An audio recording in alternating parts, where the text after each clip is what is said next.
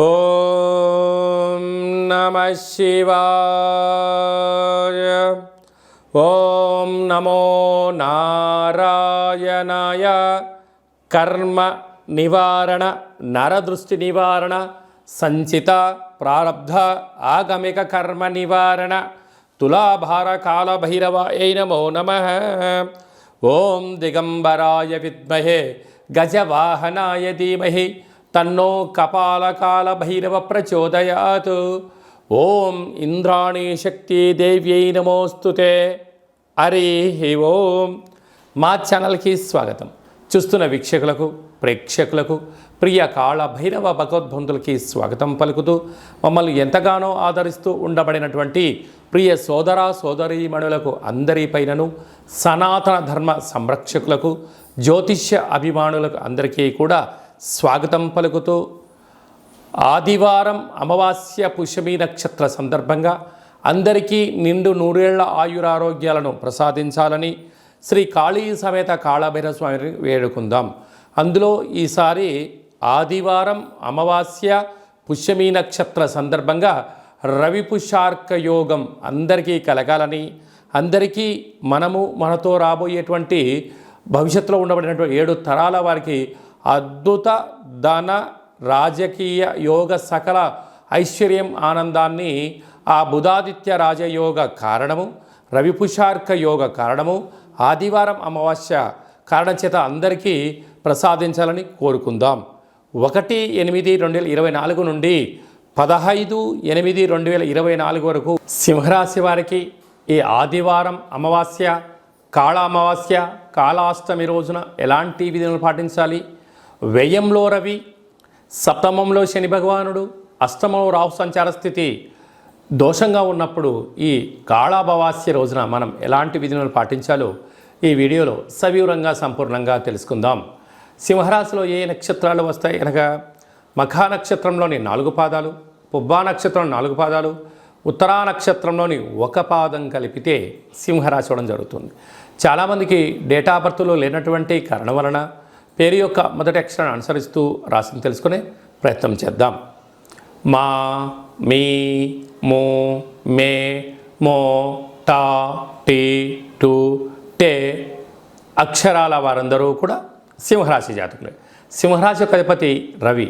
ఈ రవి భగవానుడు కర్కాటక రాశిలో, జలరాశిలో, మిత్రస్థానంలో, వ్యయంలో ఉండగా ఈ ఆదివారం అమావాస్య పుష్యమి నక్షత్రం, ఈ పుష్యమి నక్షత్రంలో కర్కాటక రాశిలోనే ఉండడం, కర్కాటక రాశిలోని రవి సంచారం చేయడం వలన తెల్ల జిల్లేడు యొక్క వృక్షాన్ని చుట్టూ ప్రదక్షిణ చేయడం, ఆ వేర్లు తీసుకొని వచ్చి సింధూరణ పూసి ఇంట్లో పెట్టుకొని ఒక లక్ష్మీ గణపతి తంత్ర వరసిద్ధి మహాగణాధిపతి హోమం చేసుకోవడం, ఇంటికి గుమ్మడికాయ పగలగొట్టడం, ఇంటికి కట్టుకోవడం వలన ప్రభుత్వ ఉద్యోగ ప్రయత్నం చేసే వారికి చాలా మంచి కాలము.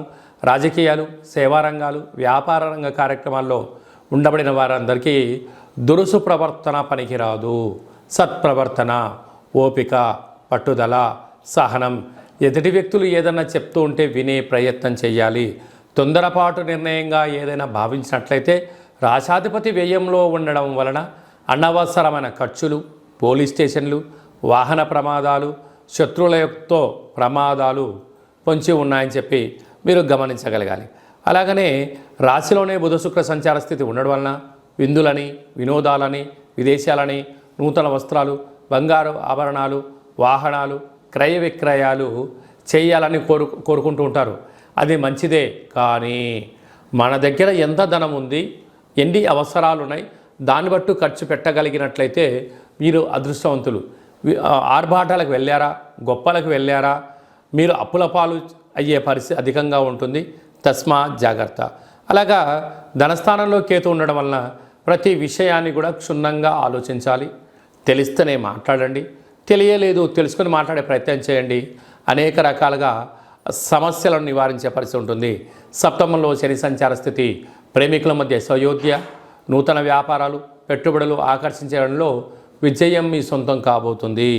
అష్టమంలో రాహు కారణం వలన శత్రువులు ఎక్కువ, చిన్న చిన్న విషయాలకు ఆందోళన, అనేక మంది మీ యొక్క ఎదుగుదల కన్నా మీ యొక్క వినాశాన్ని కోరుకుంటున్నారు. తస్మాత్ జాగ్రత్త. కనుక స్వయం వృత్తులు, సేవారంగాలు, వ్యాపారాలు, రాజకీయ రంగాల్లో, అలాగనే రియల్ ఎస్టేట్ వ్యాపారాలు, ప్రభుత్వానికి ప్రజలకు మధ్యలో ఉండబడిన వారందరూ, సాఫ్ట్వేర్ హార్డ్వేర్ ఉద్యోగస్తులకు కూడా చాలా మంచి కాలం ఉందని చెప్పి గమనించాలి.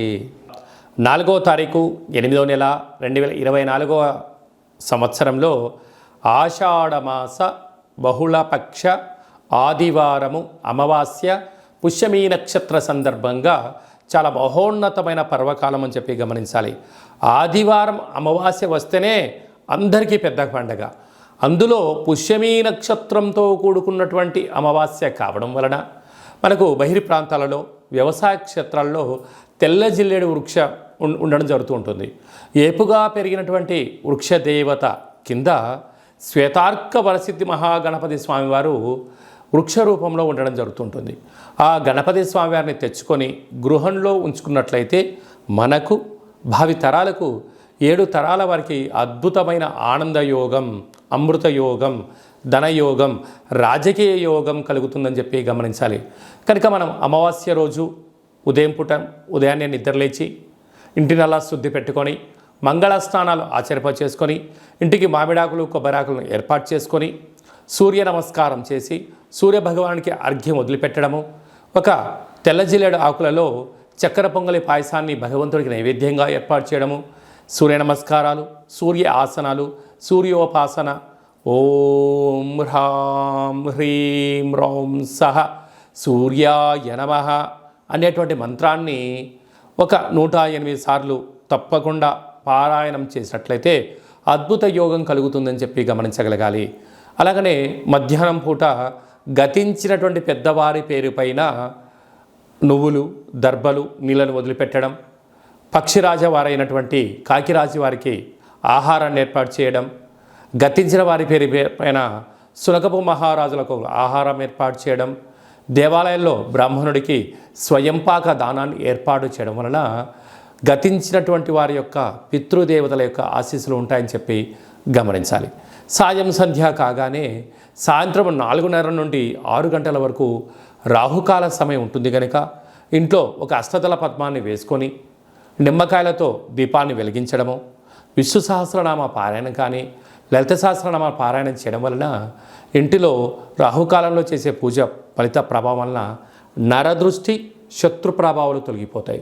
చీకటి పడ్డాక లేకుంటే ఉదయం కానీ ఇంటికి ఒక ఎర్రటి గుమ్మడికాయను దిష్టి తీసి పలగొట్టడం, దారం కలిగిన నిమ్మకాయని కట్ చేసి గడపకు ఇటువైపు అటువైపు పెట్టడం, కార్లను, ఫ్యాక్టరీలను, కర్మాగారాలను శుద్ధి పెట్టుకొని సాంబ్రాణితో ధూపం వేయడం వలన ప్రశాంతత కలుగుతుందని జరుగుతుంది.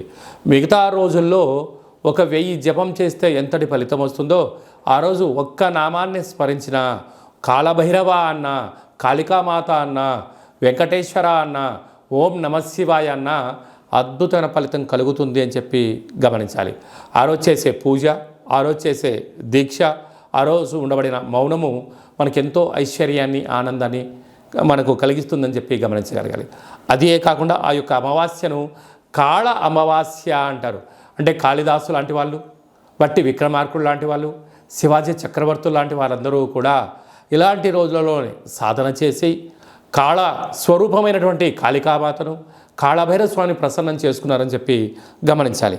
అలాగనే మనకు 12వ తారీఖున 13వ తారీఖున శ్రావణమాస శుద్ధాష్టమి సందర్భంగా, కాళ అష్టమి సందర్భంగా కాళభైరవ స్వామి స్మరణ, ధ్యానము యోగదాయకం అని చెప్పి గమనించాలి. అలాగే మీ అబ్బాయికి కానీ అమ్మాయికి కానీ చిన్నపిల్లలు పుట్టినట్లయితే ఏ మాసంలో పుట్టితే ఎలాంటి పేర్లు పెట్టుకోవాలి, నక్షత్రంలో ఉన్న విశిష్టత ఎంతో కూడా తెలియజేయడం జరుగుతుంటుంది.